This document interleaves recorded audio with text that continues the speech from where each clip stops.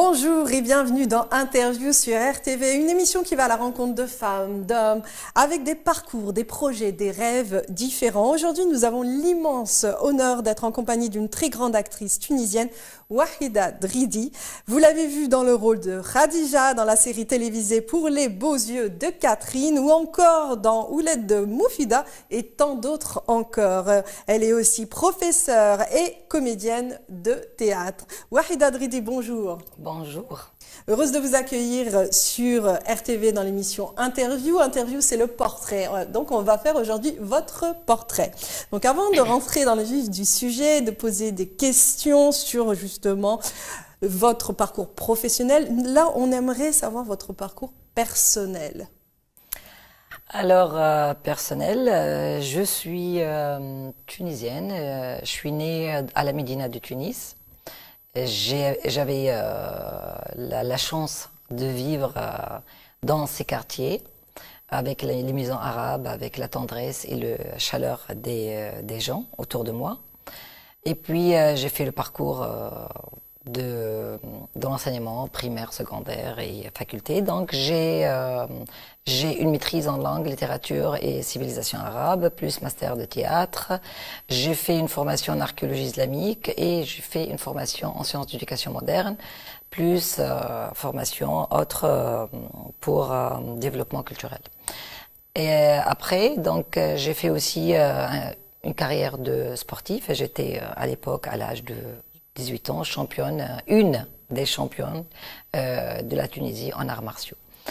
Donc c'était ça. Maintenant, je suis une maman, j'ai 2 enfants, donc j'ai un garçon de 20 ans et une fillette de 16 ans. Donc ils terminent bien sûr leur parcours d'enseignement. Dans ma vie, je suis la directrice du Palais Abdelia. C'est un centre international pour la culture et les arts, chapeauté par le ministère des Affaires culturelles tunisien. En parallèle, je suis comédienne de théâtre, cinéma, télévision. Je suis écrivaine, j'écris des pièces de théâtre. Et je fais aussi la mise en scène pour le théâtre. Alors, c'est vrai qu'on vous a vu dans Ouled Moufida, dans Les beaux yeux de Catherine, mais je sais que vous avez fait d'autres apparitions dans d'autres, justement, films. Vous pouvez nous en parler? Oui, ben, j'ai commencé à l'âge de 25 ans. C'était hier. Oui, bien sûr. Ben oui. C'était hier. Et donc, j'ai commencé avec Feuilleton Nissa Jahirat, femme célèbre. C'était la réalisation de Madame Salma Bakar, elle est très connue. C'est une des premières réalisatrices du monde arabe. Et puis j'ai fait Hama Omar, après Hukm al-Ayam, après il y avait Masmo She'ar, c'est une aussi émission, comment dirais-je, documentaire, fiction, où on cherche les noms des poètes arabes. Puis j'ai fait des Karaït, les souvenirs, et puis en 2001 j'ai fait Jean de Bel Hakim, j'ai fait Atal al-Ghadab, Hasabat al-Aqabet, Azawj al-Khamsa, Aqfas bila Tuyur, Maktoub. Bon, la liste est longue. Quel rôle vous avez préféré jouer? Pour moi, tous les rôles me concernent parce que je prends les rôles, même si ce sont des rôles négatifs, je cherche des excuses pour ces rôles et je dois aimer ces rôles pour que je puisse les présenter. Et donc, j'aime tous ces rôles. Il n'y a pas quelque chose de préféré. Mais sur le plan théâtre, oui, j'ai un rôle que je préfère. J'ai joué le rôle de Kehna Amazir, Kehna al-Balbalia. Donc, je l'ai fait. J'ai fait des recherches pendant une année. J'ai monté le texte. J'ai écrit le texte avec un poète tunisien. Et j'ai présenté cette dame que j'admire énormément. Et donc, ce personnage, j'admire énormément. Et donc, c'est le personnage que je l'aime énormément. C'est la femme guerrière que vous aimez? C'est la femme combattante? C'est la femme combattante, c'est la femme patriote, c'est la femme belle, c'est la femme qui aime la vie, la femme qui a vécu toute sa vie comme elle veut, c'est la femme qui a du pouvoir aussi, et c'est comme ça. Donc j'admire tout.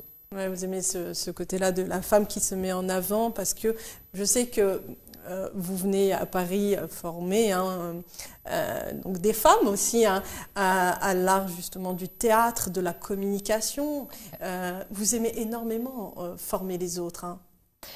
Je prends la formation comme une aide. Moi, j'aime aider, j'aime donner quelque chose aux autres. Ouais. Et donc, si je suis comédienne, ils disent que je suis une bonne comédienne, entre parenthèses. Donc, j'aime bien donner tout un atout de cet art. Et puisque je sais où je peux former en théâtre, je le fais. En danse, je le fais. Si je peux faire quelque chose pour les autres, je le fais. C'est pas par amour pour la formation, tant que c'est un amour pour donner quelque chose à l'autre. Exactement, transmettre, une transmission. Voilà. Exactement. Ça. Mais qu'est-ce qui vous a amené à être dans le théâtre, dans le cinéma? Vous avez dans la famille quelqu'un qui justement fait aussi du théâtre? Non, c'est le destin. Ouais. C'est comme ça. J'ai jamais pensé à être comédienne, entre parenthèses. Donc j'avais autre chose dans la tête. Mais j'ai fait mes études secondaires à la rue de Russie, en Tunisie. Bah, tout le monde, les Tunisiens savent très bien. C'est un lycée où il était un lycée pour les jeunes filles. On avait tout dans ce lycée, tout genre de club, même le théâtre. Et on avait un professeur qui s'appelle Taïb El-Sleti, paix à son âme. Et donc, il m'a pris en charge, il m'a donné tout un atout pour que je puisse jouer le classique, les écoles modernes et tout le reste. J'ai été formée avec lui pour 7 ans de la distance de secondaire. Et puis, je suis allée vers la fac et là, on a créé des clubs de théâtre. Et donc, quand j'ai créé les clubs de théâtre, avec bien sûr des collègues et à l'université, et donc, on a présenté des pièces de théâtre universitaires. Et là où il y a Monsieur Mohamed Idriss, le grand Mohamed Idriss, qui était le directeur du Théâtre National, et qui m'a vu, et il a demandé que je joue au Théâtre National. C'était un coup de chance énorme. J'ai jamais pensé à ça. Et grâce à lui, et je lui dis merci beaucoup. Donc c'est grâce à lui que j'ai commencé le parcours de théâtre professionnel à partir du Théâtre National. Et là, il y avait les gens qui font les critiques théâtre, qui ont parlé trop dans les journaux d'une comédienne qui va avancer petit à petit, qui sera une comédienne intéressante. Et là, j'ai continué le parcours comme comédienne de théâtre. Après, j'ai fait la télévision et après le cinéma. Quels films vous ont inspiré, en étant jeune, quel film ou acteur vous a inspiré le plus? Même actrice d'ailleurs. J'ai aimé énormément d'acteurs de l'époque ancienne. Et donc, Majd Al-Khatib de l'Égypte, je l'adorais. Ahmed Zaki, égyptien aussi, j'adorais. Ayman Zaiden, syrien. Pour le monde européen, j'adore Mel Gibson, Kevin Costner, Julia Roberts. Il y a énormément, Roberto De Niro, Gérard Depardieu en France. Il y a énormément d'acteurs que j'ai admirés et j'ai regardé leurs films. Je ne peux pas me rappeler de tout. Simone Signoret aussi, j'ai adoré. Et donc, il y a beaucoup d'acteurs que j'adore, que quand je les regarde, j'oublie qu'ils sont en train de jouer. Ah oui. Voilà, c'est ça qui est formidable. Vous êtes un peu identifié à eux ou dans leur rôle, dans leur personnage Non, j'ai rêvé d'être un petit peu à leur, disons entre parenthèses, si j'arrive à être à leur hauteur dans les recherches pour construire un personnage. Parce que ces gens-là travaillent sérieusement. Ils prennent tout un atout, toutes les caractéristiques des personnages, ils font une recherche énorme, ils présentent un personnage là où tu ne peux pas douter que ce personnage est réel, il existe. C'est ça qui est admirable. J'espère un jour arriver là-bas, à ce niveau. Je pense que vous êtes déjà à ce niveau, c'est parce que vous êtes très modeste, Wahida. Et c'est vrai que vous n'êtes pas que ce côté artistique, vous êtes un tout, vous êtes aussi donc, dans la mode aussi, hein. Dans la mode, la maison de couture, il y a aussi des créations de... Oui, c'était question de rêve. Alors, chez nous, on est en train, comme tout le monde arabe, parce que le monde avance, et même en Europe, il y a le travail manuel qui est en train de se perdre. Les trucs artisanaux. Et donc, j'ai essayé de refaire un atelier qui s'appelle Maison Wahida Dridi et de jouer sur ça, c'est-à-dire de créer des choses où il y a une touche amazigh ou une touche du Grand Maghreb. On ne peut pas dire arabe ou oriental, mais c'est une touche du Grand Maghreb avec les couleurs des Grands Maghreb qui est connu, couleur amazigh. Et donc, j'ai essayé de créer des choses comme ça. C'est un rêve de le faire. Et donc, j'ai commencé à faire cet atelier qui est dirigé par mon fils. Et moi, j'essaie de dessiner. C'est beau ça. En fait, c'est la maman qui, justement, est derrière son enfant et le motive. Ça, c'est important. Oh oui, j'ai fait cet atelier pour mes 2 enfants, pour mon garçon qui est le gérant maintenant, et ma fille qui a 16 ans, qui je le pousse pour faire quelque chose dans ce domaine. Et elle adore d'ailleurs ce domaine. Et on est en train d'avancer petit à petit et faire une touche à nous tout simplement. Voilà. Et donc c'est ça l'atelier qui s'appelle Maison Wahida Dridi. Est-ce que votre famille, vos parents, je ne sais pas si vous avez des frères et sœurs, ils ont été derrière vous lorsque vous avez voulu justement être actrice? Moi, j'ai pas des sœurs, mais j'ai un seul frère qui est plus jeune que moi de 10 ans. Donc, entre moi et mon frère, il y a 10 ans, quand même. Donc, j'ai vécu un petit peu seule. Non, ils n'ont pas dans la tête qu'il y a ou qu'il y aura quelqu'un de la famille qui peut être artiste. Donc, quand j'ai commencé à faire un petit peu le club de théâtre au niveau secondaire, j'ai rien dit à mes parents parce que c'était un club un après-midi ou les après-midi, donc qui gêne personne. Après, quand j'étais à la fac et j'ai commencé à jouer dans les pièces du théâtre universitaire, j'étais obligée à demander la permission pour présenter dans des festivals universitaires. Parce que le festival universitaire ne passe pas au centre-ville, passe ailleurs. Il faut passer une semaine ailleurs ou 10 jours. Et donc là, ils ont commencé à apprendre et à savoir que je suis en train de présenter des pièces du théâtre. Et ils n'ont pas refusé, pas du tout. Mon père m'a encouragée, ma mère aussi. Mais bon, avec un petit peu, bien sûr, limité, quelques conditions à ne pas oublier. Toujours des conditions, voilà. Attention. Ne fais pas ça, ne fais pas ceci, voilà. Oui, c'est sûr, comme tous les parents, ils ont peur. Oui. Parce que c'est un monde, le monde de la télévision, du cinéma, c'est un monde qui fait peur aussi, hein, qui peut faire peur aux parents. Même à nous. Quand on commence la première fois, ça fait peur, oui, ça fait peur. Ça fait peur, les lumières font peur, les gens qui travaillent tout autour, qui sont des connaisseurs, et toi, tu viens de loin, et tu vas commencer, ça fait peur aussi. Et d'être sur scène, ça fait peur, parce qu'il y a des mondes qui te regardent. Les spectateurs, c'est un spectacle live, c'est difficile. Et puis la télévision, tu es en train d'entrer dans les maisons des autres. Et là, tu dois... Ça fait peur, ça fait peur. Mais ce qui est bien, c'est que les gens, quand ils te regardent sur leur chaîne et sur leur écran, ils te considèrent comme quelqu'un de la famille. C'est ça, ce que j'allais dire, oui. Ce qui est formidable. Oui. Parce que vous donnez aussi cette impression, vous donnez beaucoup aux autres. Et vous pouvez avoir des personnages attachants.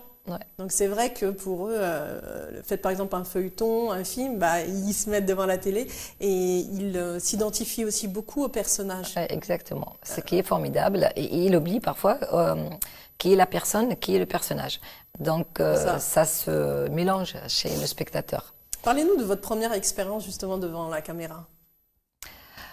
Donc ma première expérience, c'était avec la grande Salma Bakar. Donc, c'était une série qui s'appelle Femmes célèbres. C'est une série qui présente les femmes connues à travers l'histoire arabe. Et donc, j'ai joué le rôle de Eatimed, c'était la princesse de Eshbilia à l'Andalus, dans un épisode.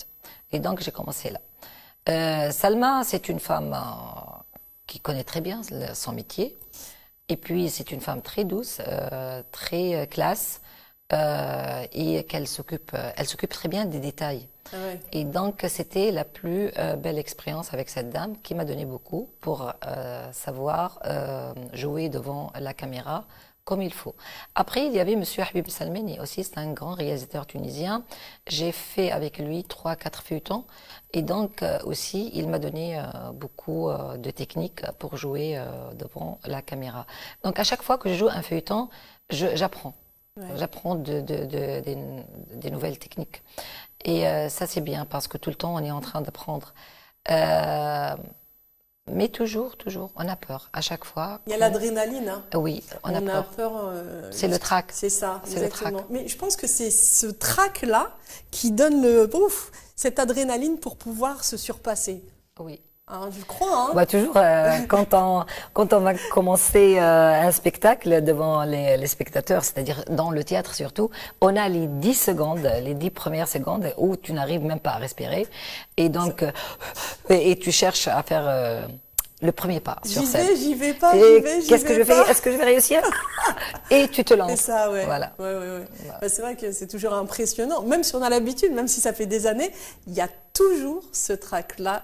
Je sais pas, avant de monter sur scène, avant d'être devant la caméra. Oui, tout le temps. Ça reste à vie. Je pense que c'est presque tous les acteurs. Hein. Oui, tout le monde. Ça reste à vie. C'est collé à ta peau à vie. Ouais, exactement. Voilà. Et c'est vrai que... Mais en même temps, c'est ce qui nous fait vraiment ressentir les choses. Parce que quand on se met dans la peau de différents personnages, donc à la fois, on doit le vivre. C'est-à-dire que même le détail, le petit détail compte. La manière de rigoler, la manière de parler, la manière de se tenir compte. Il faut vraiment connaître à fond le personnage. Tout en, quand on finit justement de sortir du film, bah on redevient la personne qu'on est. Donc c'est pas tout de suite. Bah bien sûr, c'est pour ça qu'il faut faire un énorme travail sur soi. Exactement. Pour pas faire de transfert. L'acteur, c'est comme toujours son âme et son corps, c'est comme une feuille blanche. Alors, à chaque personnage, il est en train d'écrire, de dessiner, de faire tout. Et donc, il construit ce personnage. Il présente ce personnage. Après, quand il a terminé, il faut remettre la feuille encore une fois blanche. Alors, qu'est-ce qu'on fait? On fait ce qu'on appelle le catharsis. Il faut vider tout ce qui t'a fait. Donc, il y a des exercices, des techniques pour faire ça. Et on revient comme un petit bébé à l'intérieur. Tu essayes de te retrouver toi-même. C'est ça. Après, on va construire un autre personnage après, mais ça demande un petit peu du temps selon le temps que tu as joué. Par exemple, si on joue un feuilleton, un personnage dans un feuilleton pour une saison, c'est une seule saison. Et si on joue 5-6 ans comme Aoulad Moufida, ça demande plus de temps pour sortir du personnage. C'est quel genre d'exercice? Bah, il faut monter sur scène. Il faut faire des exercices d'improvisation à partir d'une situation. Et à chaque fois, il y a une petite caméra comme ça, ou quelqu'un qui est avec toi, qui va te diriger. Et tu vas essayer de jouer. Et à chaque fois que tu joues, il y a quelque chose qui sort d'un personnage. Geste, regard, voix, vocalise. Lorsque tu vas jouer ça, la personne qui est avec toi ou la caméra va t'enregistrer. Alors, quand tu regardes ce que tu as fait, tu trouves quelque chose d'un personnage. Tu as pris ça d'un personnage. Alors, il faut le vider. À chaque fois, tu vides. Alors, tu rejoues jusqu'au que tu perds la notion du personnage. Et là, tu arrives à un certain moment où tu n'as rien des anciens personnages. Alors, quand tu arrives à ce stade, tu commences à construire le nouveau personnage. Mais c'est énormément de travail. Ah ouais. Parce qu'en fait, à la fois, on agit sur l'inconscient, parce que c'est l'inconscient qui prend les mimiques des autres personnages. Exactement. Donc là, il faut vraiment agir au niveau de l'inconscient, plus de la prise de conscience, c'est-à-dire le fait d'être filmé. Et ben, on regarde après ce qu'on a fait. Et c'est vrai que quand on joue comme vous, par exemple, plusieurs personnages à la fois au cinéma, à la télévision, au théâtre, c'est énorme. Oui, et ça prend du temps, oui, mais c'est beau à faire. On aime ce qu'on est en train de faire, oui. C'est ça, c'est ce que vous aimez, vous aimez jouer. Oui. Qu'est-ce que vous aimez le plus justement dans le fait de faire plusieurs personnages, plusieurs rôles? On a des personnages dans la vie. Là, tu aimes un personnage. Tu es un autre. Tu acceptes un personnage. Tu refuses un autre. Mais toujours, j'adore me mettre dans la peau d'un autre personnage. Alors, si j'admire quelqu'un, je vais bien jouer. Et si je mépris quelqu'un, j'aime bien trouver des excuses pour ce personnage. Alors, je le prends, je le mets en moi et je le rejoue. Comment dirais-je? Oui. et rejouer le personnage. Voilà, c'est ça. Donc, mais vous avez besoin de lui trouver des excuses. Par exemple, si c'est un personnage qui n'est pas très gentil, vous lui trouvez des excuses pour pouvoir justement le jouer, c'est ça, hein? C'est ça, le jouer et l'aimer. Parce que si tu joues un personnage, tu dois l'aimer, sinon ça ne va pas réussir. Même s'il est méchant. Même s'il est négatif, méchant. Même si c'est un criminel. Il faut lui trouver quelque chose. Oui. Tu dois t'accrocher à ton personnage. Quelque chose de positif. Oui, il faut que tu t'accroches à ton personnage, même si c'est un personnage négatif. Sinon, tu ne vas pas réussir à le présenter. Il faut l'aimer. Alors, est-ce que vous avez des anecdotes à nous raconter tout au long de votre carrière professionnelle? Quelque chose qui vous a marqué le plus? Beaucoup de choses. Je me rappelle, Mohamed Idriss, quand j'ai commencé à travailler avec lui, alors il a demandé quelque chose que je n'ai pas compris. Donc j'étais sur scène et il a dit, tu vas jouer Aïcha Al-Qadra.